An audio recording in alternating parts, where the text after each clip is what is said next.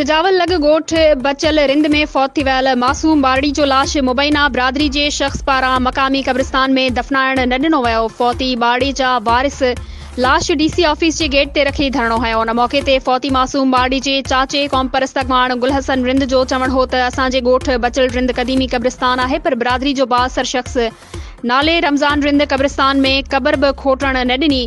हुन जी धमकियुनि ते असां ॿारड़ी जो लाश खणी कांधियनि सां गॾु एहतजाज कयो आहे। मज़कूरा शख़्स हर दफ़े अहिड़ियूं हरकतूं कंदे लाश दफ़नाइण न ॾींदो आहे।